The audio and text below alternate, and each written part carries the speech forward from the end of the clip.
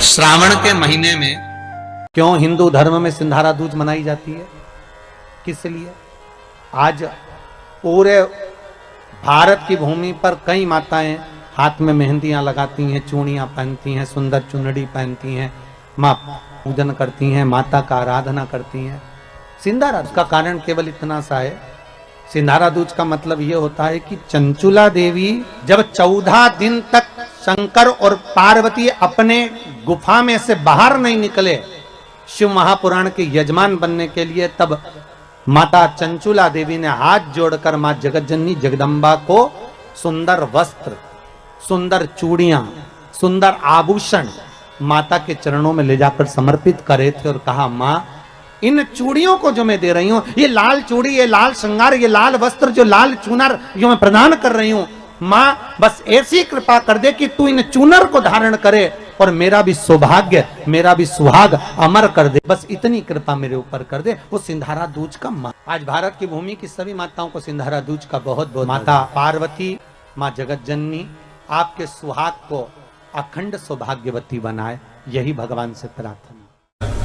श्रावण के महीने की श्रावण शिव महापुराण की कथा सुन रहे हो। एक बात दिल से बताना, जितनी सौभाग्यवती माताएं होती हैं, ये संक्रांति पर भी 13 चीजें दान करती हैं, 14 चीजें दान करती हैं। बीच में कोई 16 सोमवार का उद्यापन करेंगी तो भी सुहाग की सामग्री देंगी, उद्यापन करेंगी तो भी सुहाग की सामग्री देंगी, कोई कार्य करेंगी तो भी सौभाग्य की सामग्री देंगी। सौभाग्य की सामग्री का दान क्यों किया जाए?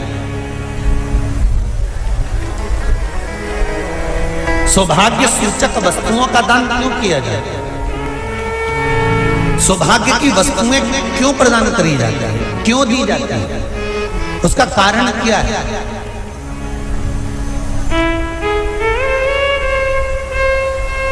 क्यों देते हैं? महाराज, भारत की भूमि की सौभाग्यवती माताओं का एक मन की अभिलाषा रहती है, भारत की भूमि की माताओं की एक अभिलाषा रहती है कि जब उसके प्राण छूटे तो अखंड सौभाग्य धारण करके पति के कंधे पर और पुत्र के कंधे पर शमशान पर। ये भारत की भूमि की माताओं की सोच, उनके मन का संकल्प, उनके मन का भाव।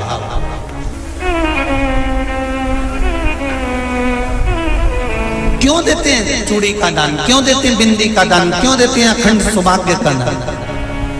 किस महाराज, मेरे हाथों में भर भर के चूड़ी रहे,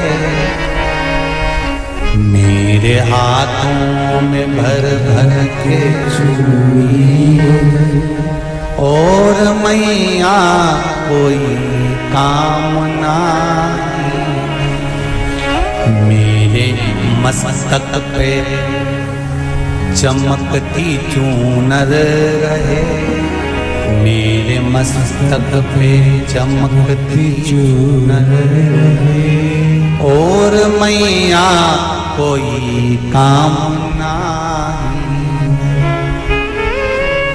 मेरी मांगों में भर भर के सिंदूर रहे, मेरी मांगों में भर भर के सिंदूर रहे, और मैया कोई कामना नहीं, मेरे पाँव में बिछुड़ी का जोड़ा रहे, एक बिछुड़ी नहीं, कितनी? 2, 3, 4, 5, एक एक पांव में जोड़े से बिछुड़ी होना चाहिए, केवल एक नहीं, सिंगल नहीं। वो तो आजकल का फैशन हो गया महाराज, जो केवल एक बिछुड़ी धारण कर लो उसी में फैशन दिखे। श्रावण की शिव महापुराण की कथा कहती है, जब बेटी को विदा करा जाता है और पहली बार बेटी के पांव में जब बिछुड़ी डाली जाती है, तो वो बिछुड़ी भी अलग अलग नहीं होती, उस बिछुड़ी के जोड़ को चेन से एक दूसरे से बंधा हुआ होता। बोला सही है कि गलत?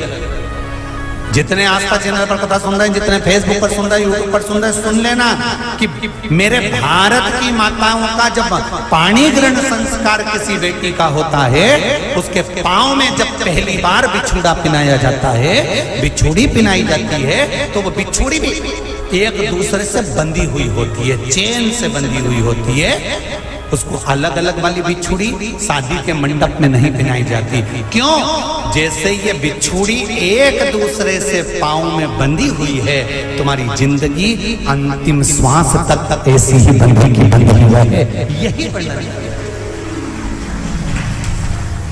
वो तो अब माताओं ने थोड़ा सा फैशन चेंज कर दिया, अब पांव में ज्यादा बिछुड़ी नहीं पहनती, गड़ती है, चुभती है, एक बिछुड़ी धारण है। महाराज पर नहीं, बिछुड़ी भी दो हो, जोड़े से। हमारी माताएं, भारत की भूमि की जो माताएं हैं, ये चूड़ी भी हाथ में पहनती है तो जोड़े से पहनती है। बोलो जैसा सही है कि गलत है? एक अकेली चूड़ी माताएं हाथ में धारण नहीं करती हैं।